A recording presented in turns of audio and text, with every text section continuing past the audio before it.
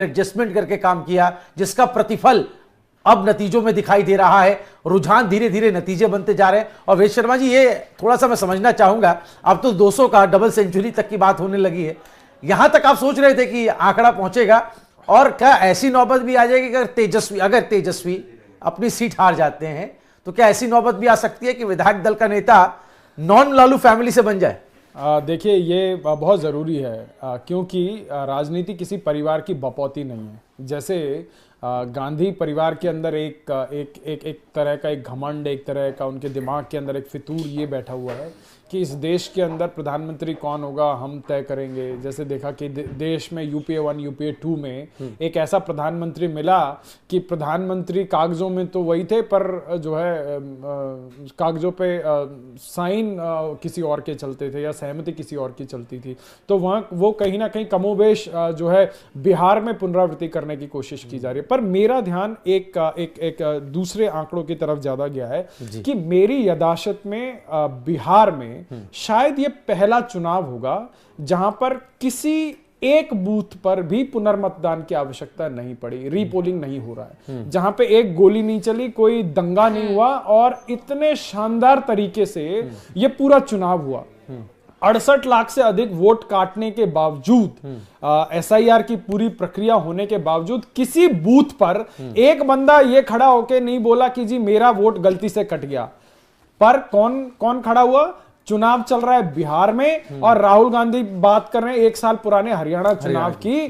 तो आप समझिए कि प्रायोरिटी सेट है। राहुल गांधी को समझ आ चुका था कि भैया मेरे पैरों तले जमीन दरक चुकी है, मेरी पार्टी का तो बंटाधार है ही। उन्होंने अपनी पार्टी का तो बंटाधार किया ही किया, बेचारे साथ में जो है तेजस्वी का भी बंटाधार कर दिया, और उसके बाद चुनाव को बीच में छोड़ के वो विदेश यात्रा पे चले गए। भाई देश जानना चाहता है आज, कांग्रेस पार्टी के जो प्रवक्ता लोग आते हैं या कांग्रेस पार्टी के रणनीतिकार हैं, भैया ये जो इस देश को बनाने, संविधान की रक्षा करने वाला इकलौता महानायक इस गांधी नेहरू परिवार में पैदा हुआ, ये कौन सी ऐसी गुप्त यात्राओं में चला जाता है और कौन सी साधना करने विदेश जाता है जो इस देश के लोगों को जानने का हक नहीं है। भाई बिहार का चुनाव तो बहुत महत्वपूर्ण चुनाव है, और उत्तर भारत का एक बहुत बड़ा राज्य है, 243 जो है वहां पे सीटें हैं। ऐसे राज्य में जहां पे राहुल गांधी को एंड मोमेंट तक खड़ा रहना चाहिए था, आज काउंटिंग तक उनको खड़ा रहना चाहिए था, ऐसी कौन सी प्रायोरिटीज हैं कि राहुल गांधी वाया मस्कट पता नहीं कहां लंदन पंदन पूरी दुनिया का जो है विश्व भ्रमण पर निकल जाते हैं। 9वें राउंड की काउंटिंग में भी आप देखिए राघोपुर सीट से तेजस्वी पीछे चल रहे हैं, 2288 आप मार्जिन देखिए वेद जी, और ये सतीश यादव यहां से बीजेपी के वो आगे चल रहे हैं। तो मैं जो एक कहें कि आगे आने वाले वक्त में क्या हो सकता है, देखिए इसमें बात कर रहा हूं। मैं उन संभावनाओं को बिल्कुल नहीं नकार सकता कि जब आप जनता के साथ सामंजस्यता नहीं बैठाते, जब आप जनता की नब्ज को नहीं पहचानते, जब आप जनता के साथ कम्युनिकेट नहीं कर सकते। आप सोचिए भाई, बीजेपी प्रत्येक जहां बीजेपी शासित राज्य है वहां बीजेपी अपने प्रोमिसेस को पूरा कर रही है। मध्य प्रदेश में उनकी सरकार है, उन्होंने जो वादा किया, जो माताओं बहनों की योजना, लाडली बहन योजना, उसको उन्होंने पूरा करके दिखाया। महाराष्ट्र में उन्होंने महिलाओं के साथ जो वादा किया उसको वो जो है ग्राउंड पर रियलिटी के रूप में माताओं बहनों को सम्मान निधि दे रहे हैं। आज जो राहुल गांधी मछुआरों के साथ प्रेम दिखा रहे हैं, वहां तालाब में कूद रहे मछली पकड़ने के लिए, भैया तुम्हें गंगा जी बोल के नाले में कुदा दिया जा रहा है, तुम मछली, अरे तुम्हें बिहार के जनता की नब्ज टटोलनी थी, तुम्हें वहां नाले में कुदा दिया, और उधर मोदी जी बोल रहे कि हम जो है किसान सम्मान निधि में 3000 रुपए और बढ़ा के 9000 रुपए देंगे। अब राहुल गांधी की जहां पे सरकारें हैं, राहुल गांधी और उनकी पार्टी पर लोग विश्वास तो करें कैसे? तेलंगाना में उनकी सरकार, कर्नाटक में उनकी सरकार, हिमाचल में उनकी सरकार, जहां जहां उनकी सरकार है वहां ना सरकारी कर्मचारियों को देने के लिए तनख्वाह है, जो वो वादे कर रहे हैं ना वो वादे कहीं ग्राउंड पे फुलफिल होते हुए दिख रहे हैं। और सोचिए, बाप रे बाप रे, दूसरी तरफ भारतीय जनता पार्टी की सरकार, भारतीय जनता पार्टी की एनडीए सरकार महिलाओं के खाते में, 1.5 करोड़ महिलाओं के खाते में 10-10 हजार रुपए की योजना चुनाव से पहले जो है वो करके दिखाती है। तो जनता किस पर विश्वास करेगी? जो करके दिखा रहा है उस पर विश्वास करेगी। और जो आदमी कह रहे हैं जी प्रत्येक परिवार को हम नौकरी दे देंगे, जब पत्रकार पूछ रहे हैं, देश की जनता जानना चाहती कि भैया लगभग 3 लाख करोड़ का बजट है बिहार का, और जो आप वादा कर रहे हो उसके हिसाब से 12 लाख करोड़ रुपया पैसा चाहिए, पैसा कहां से लेके आइएगा? तो कह रहे हैं हमारा ब्लूप्रिंट आ रहा है, जल्द बता देंगे। भाई पहला चरण हो गया, ब्लूप्रिंट नहीं आया, दूसरा चरण हो गया, ब्लूप्रिंट नहीं आया। मैं आपके चैनल के माध्यम से आदरणीय तेजस्वी यादव जी को अनुरोध करना चाहता हूं, कम से कम वो ब्लूप्रिंट आज ही दिखा दे। चलिए श्रावणी, आप कुछ बिल्कुल बता रहे हैं। वैद जी तमाम चीजों का आपने जिक्र किया है, लेकिन मैं ये आपसे जानना चाहूंगी कि तेजस्वी यादव आरजेडी की ये जो दुर्गति हुई है उसके पीछे के मुख्य कारण क्या है? क्या यादवों को जो तमाम उन्होंने सीट दिए थे उन्होंने उनका साथ नहीं दिया, या फिर मुस्लिम परस्त पार्टी बार बार उन्होंने अपने आप को कहा, लेकिन कहीं ना कहीं एक तरफ अगर देखा जाए तो मुसलमानों ने भी उनका साथ नहीं दिया। आपने वादों के ब्लूप्रिंट की बात कही है, वो वादों की ब्लूप्रिंट भी उन्होंने जनता के सामने नहीं रख पाए, साथ ही सहयोगी दलों के साथ भी ठीक से तालमेल वो नहीं बिठा पाए। अगर उनके पिता की बात की जाए तो कहीं ना कहीं अपने पिता को लेकर भी, अपने परिवार को लेकर भी वो कई समय कंफ्यूज भी नजर आए थे कि ये तमाम वो कारण है जिसके वजह से दुर्गति जो आरजेडी की फिलहाल हुई है।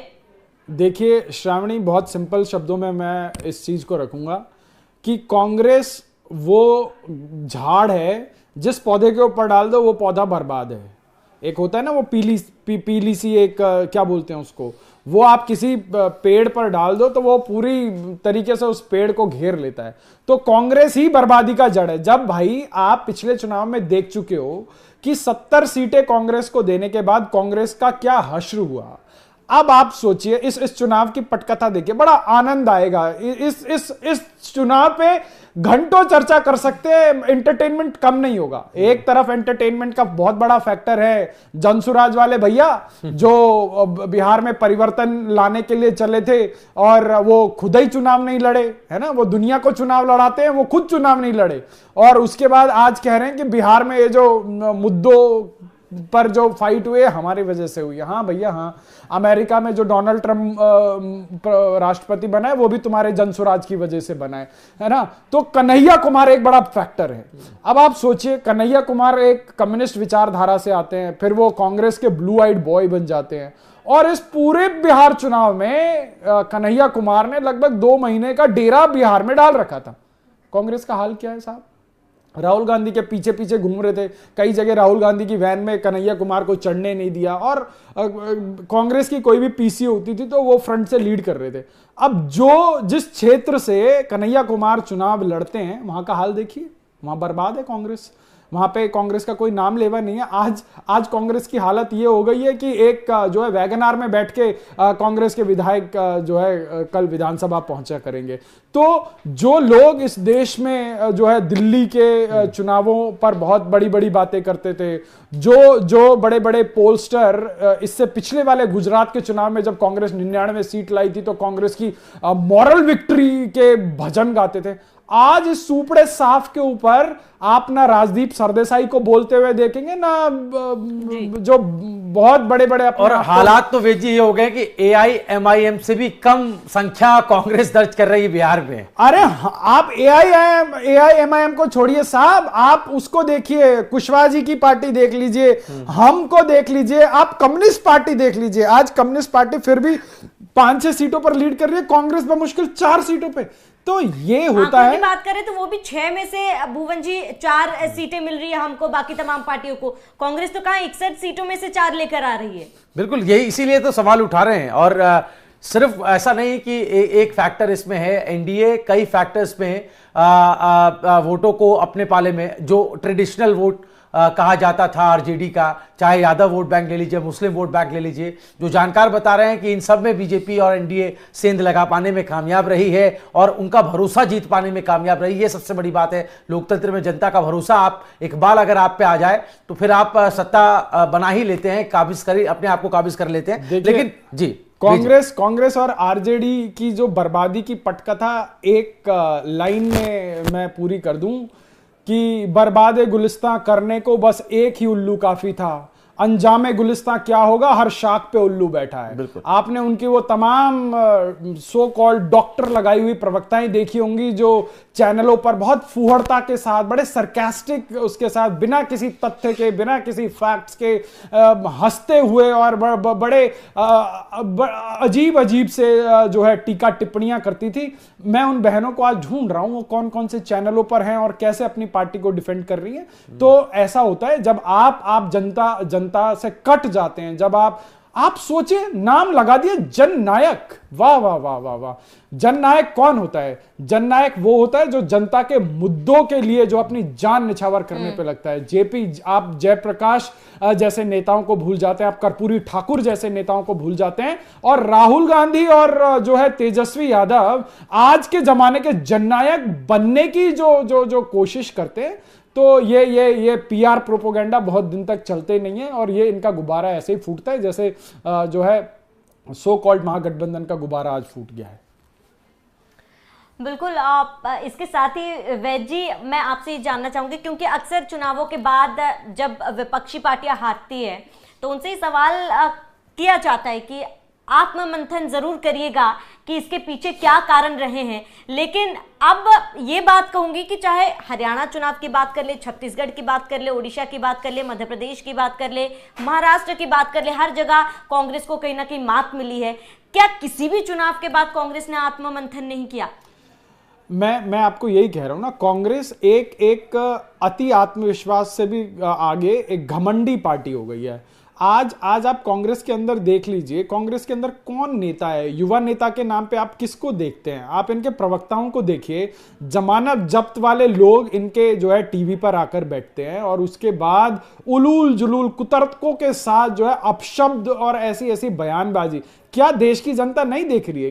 क्या देश की जनता अब इनको नहीं समझ रही है? क्या देश की जनता अपने आंखों के आगे देश में होते हुए विकास को देख रही है और देश की जनता इनके मॉरल विनाश को, इनके मॉरल जो बैंक्रप्सी है उसको देख रही है। आप सोचिए, बिहार का चुनाव है और प्रधानमंत्री की माताजी को अपशब्द बोला जाता है और कांग्रेस के नेता और आरजेडी के नेता आके जो है उस चीज को डिफेंड करते हैं। देखिए, माताजी तो चाहे किसी कांग्रेस के नेता की माताजी हो, आरजेडी के नेता की माताजी हो या किसी की भी माताजी हो, वो किसी भी इस प्रकार के जो है विवाद के बीच में, वो तो एक नॉन पॉलिटिकल एंटिटी थी, उनको इस प्रकार के विवाद में घसीटने की क्या जरूरत थी? जब आप मातृशक्ति को चैलेंज करते हैं तो इसी प्रकार की सुनामी आती है। और ये जो बिहार में सुनामी आई है, मैं इसका पूरा का पूरा क्रेडिट जो है माताओं बहनों को दूंगा, जिन्होंने भर कर जो है मोदी जी और नीतीश कुमार